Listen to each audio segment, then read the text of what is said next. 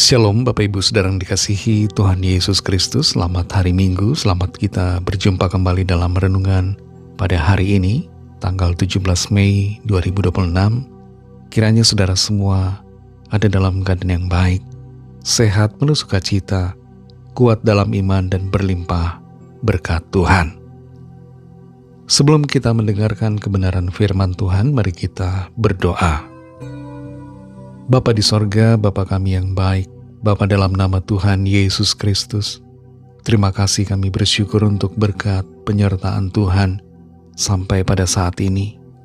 Terima kasih untuk hari yang baru yang Tuhan jadikan buat kami, dan terima kasih untuk segala rencana-Mu yang baik bagi kami. Saat ini kami mau mendengarkan sabda firman-Mu.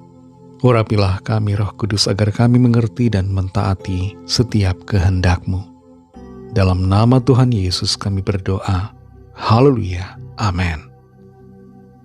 Saudara yang dikasihi Tuhan, ayat firman Tuhan saat ini terdapat dalam Kisah Para Rasul pasal 2 ayat yang ke-37. Tertulis demikian. Ketika mereka mendengar hal itu, hati mereka sangat terharu. Lalu mereka bertanya kepada Petrus dan rasul-rasul yang lain, apakah yang harus kami perbuat, saudara-saudara?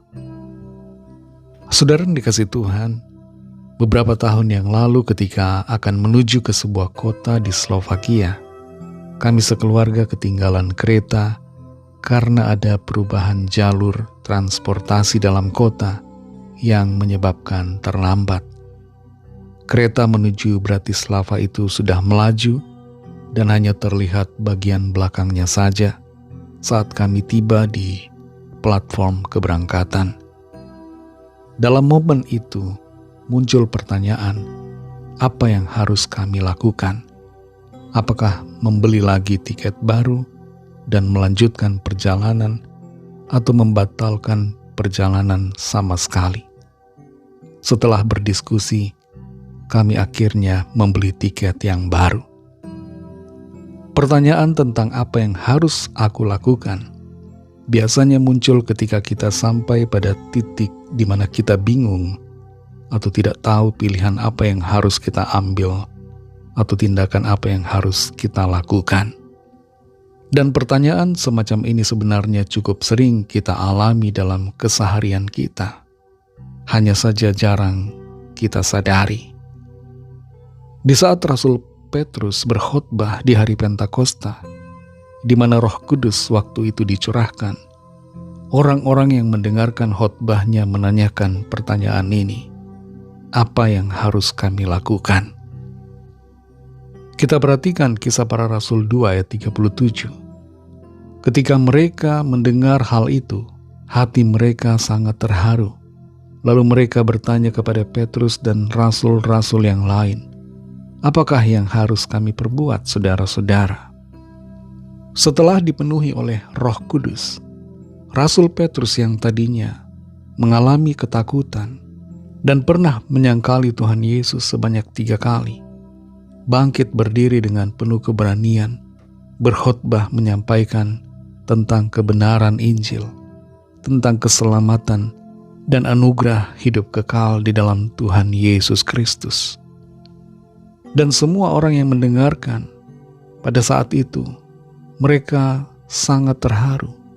Hati mereka dilawat dan mereka bertanya, apa yang harus kami perbuat?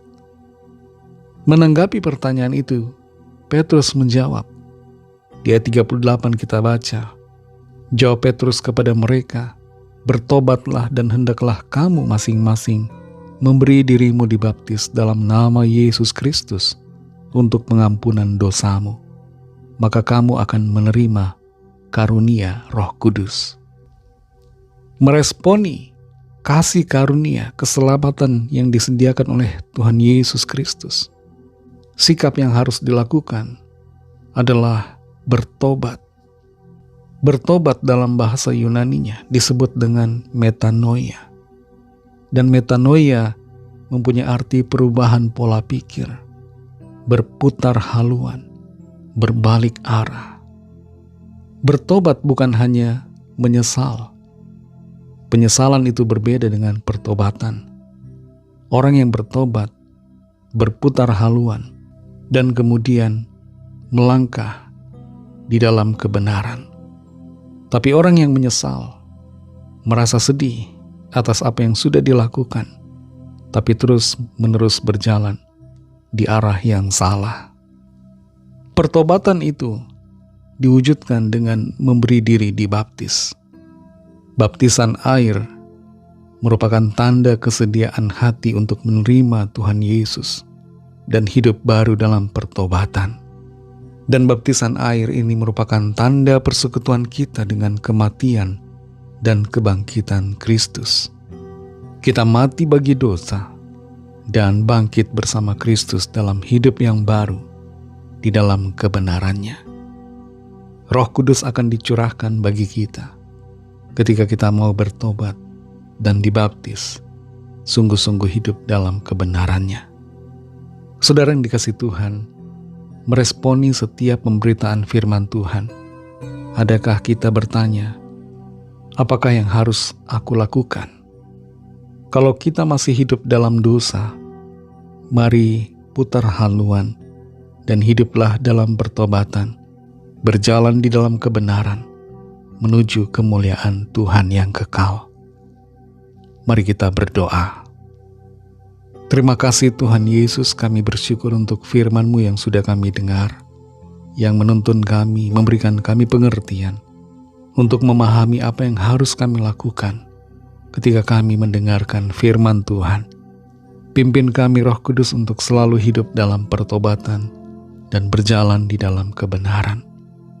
Berkati kami Tuhan di sepanjang hari ini, dalam segala aktivitas kami, tugas pelayanan dan dalam segala hal. Sertai kami agar hidup kami senantiasa menyenangkan hati Tuhan. Lawat setiap kami Tuhan, yang sakit, yang dalam pergumulan. Nyatakanlah kuasa pertolongan, mujizat-Mu bagi setiap kami. Ada kesembuhan, ada pemulihan, ada kelepasan, ada pertolongan ajaib dari Tuhan. Berkat-Mu atas bangsa kami Indonesia, dan juga atas semua bangsa di dunia ini.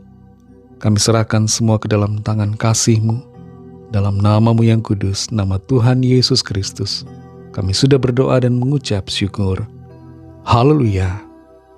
Mari sama-sama kita berdoa, doa Bapa kami. Bapa kami yang di sorga, dikuduskanlah nama-Mu, datanglah kerajaan-Mu, jadilah kehendak-Mu di bumi seperti di sorga. Berikanlah kami pada hari ini makanan kami yang secukupnya, dan ampunilah kami akan kesalahan kami, seperti kami juga mengampuni orang yang bersalah kepada kami. Dan janganlah membawa kami ke dalam pencobaan, tetapi lepaskanlah kami daripada yang jahat, karena Engkaulah yang punya kerajaan, dan kuasa dan kemuliaan, sampai selama-lamanya. Amin. Terimalah berkat Tuhan. Tuhan memberkati engkau dan melindungi engkau. Tuhan menyinari engkau dengan wajah-Nya dan memberikan kasih karunia. Tuhan menghadapkan wajah-Nya kepadamu dan memberikan damai sejahtera. Berkat dan anugerah Allah Bapa, kasih karunia dari Tuhan Yesus Kristus, dalam persekutuan dengan Roh Kudus, menyertai saudara semua, sekarang ini dan sampai Maranatha, Tuhan Yesus datang kembali, dan bahkan sampai selama-lamanya. Dalam berkat nama Tuhan Yesus Kristus, haleluya, amin. Puji Tuhan, saudara yang dikasihi Tuhan. Tuhan Yesus memberkati saudara semua. Selamat hari Minggu dan sampai jumpa dalam renungan yang berikutnya. Haleluya.